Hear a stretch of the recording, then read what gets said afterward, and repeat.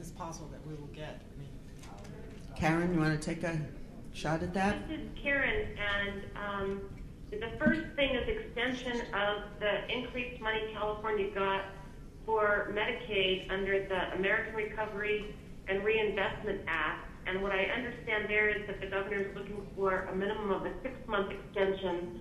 And on that one piece, which is valued at $2.1 billion, I think we've got a pretty good chance because both the House and the Senate version of health care reform do extend the enhanced federal money for Medicaid. And while the time periods are different, they both cover that minimum of the 6 months.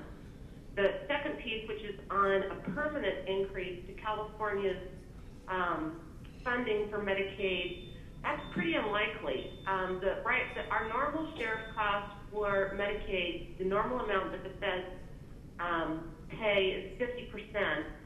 Right now it's over 60%, but that's because of that money from the American Recovery and Reinvestment Act that I just talked about.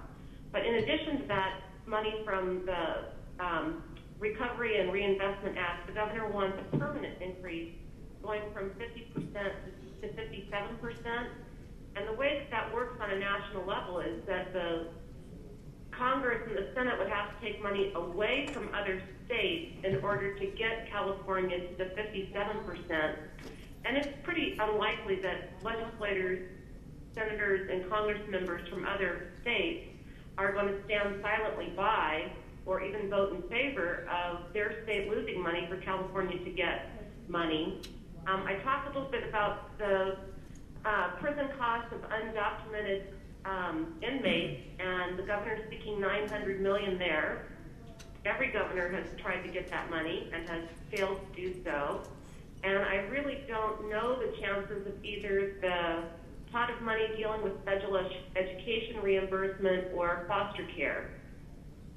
But, of the categories that I've gone through, there was only one of them that I felt that we had a chance, and the rest of them I don't think that we even get on the dartboard. We have a question in the back of the room.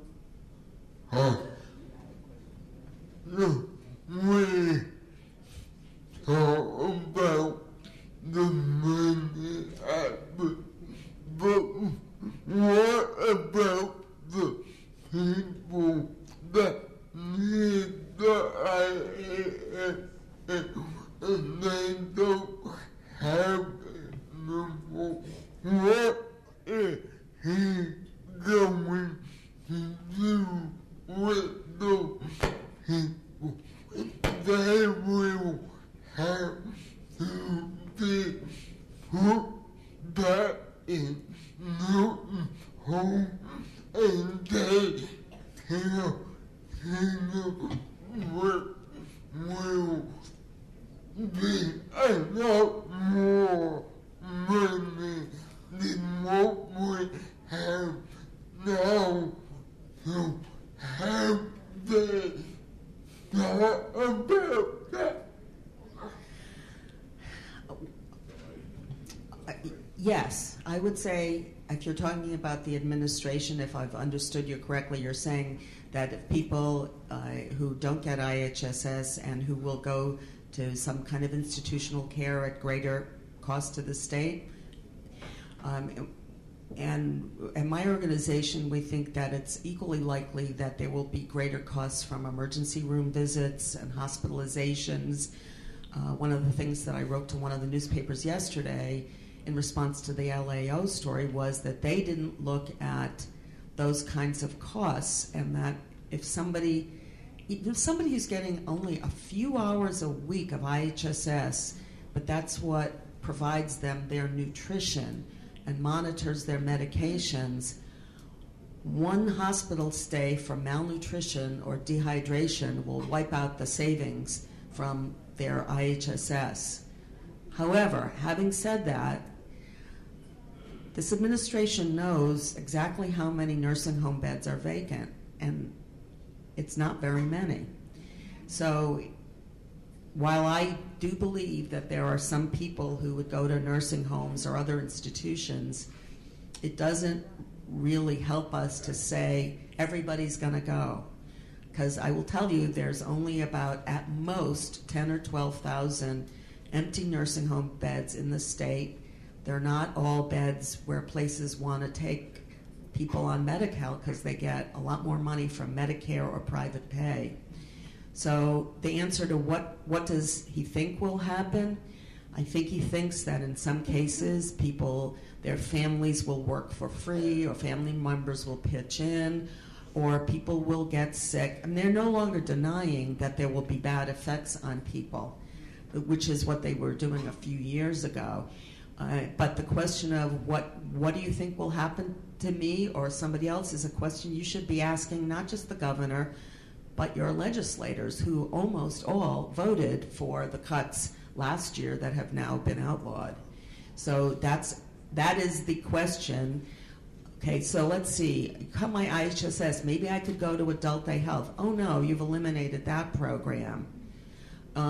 What if I really get in trouble? How about Adult Protective? Oh no, you cut the funding for Adult Protective Services.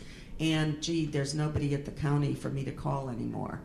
So these are the absolute gritty, real-life questions that should be asked. Karen, did you want to speak to that? No, I think you covered that really, really well. And I think that everybody that's at your conference and the larger group of people that you interact with on your advisory committees, that you have to look at this like we're fighting for the existence of the program, because we are. And the legislature, as Deborah said, voted for things that we never thought they were capable of voting for last year, and our budget situation is much worse now than it was even then, and it was terrible then. Where's the microphone guy? I think this gentleman up here. Hi, Karen. This is William Reed from Placer County and also with the United Domestic Workers. What make you think that if we keep doing the same thing the same way, we will get different results? We've been writing letters. I mean, last year I asked the question, how many letters you want? Tell me a number, I'll get them for you. How many emails you want? We'll do that.